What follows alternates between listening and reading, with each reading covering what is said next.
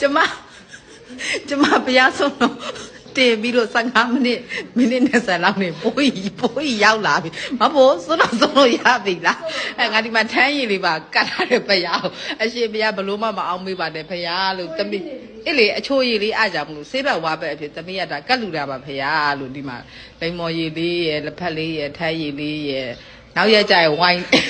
ဆောတော်ဆုံးနေပြီဘိုးကြီးမိုးလင်းတစ်မျိုးမိုးချုပ်တစ်မျိုးအလဲနေလေမှတစ်မျိုးတော်ဆုံး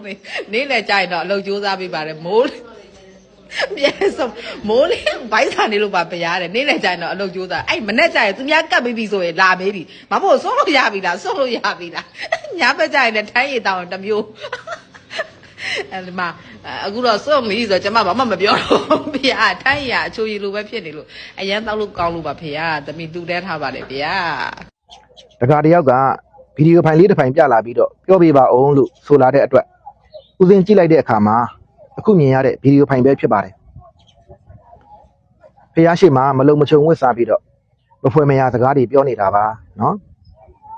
သူတို့ရဲ့မျက်နှာကိုလည်းတခြားလူတွေမြင်မှာဆိုလို့ဦးစင်းကွယ်ပေးထားပါတယ်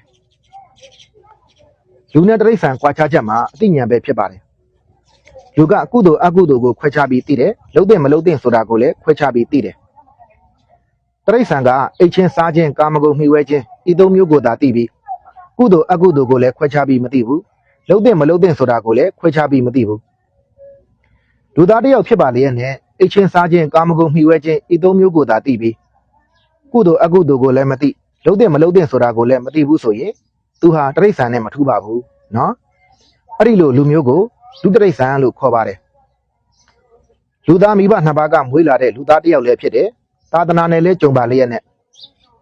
လူတရိษံဖြစ်ရတာဟာလူဘဝအရနာတာပါပဲဒါကြောင့်ပြောချင်တာကလေလူဘဝအရာတုံးရခိုက်မှာလူဘဝအရနာတဲ့လူတွေမဖြစ်ပါစေနဲ့လို့ပြောချင်ပါတယ်နော်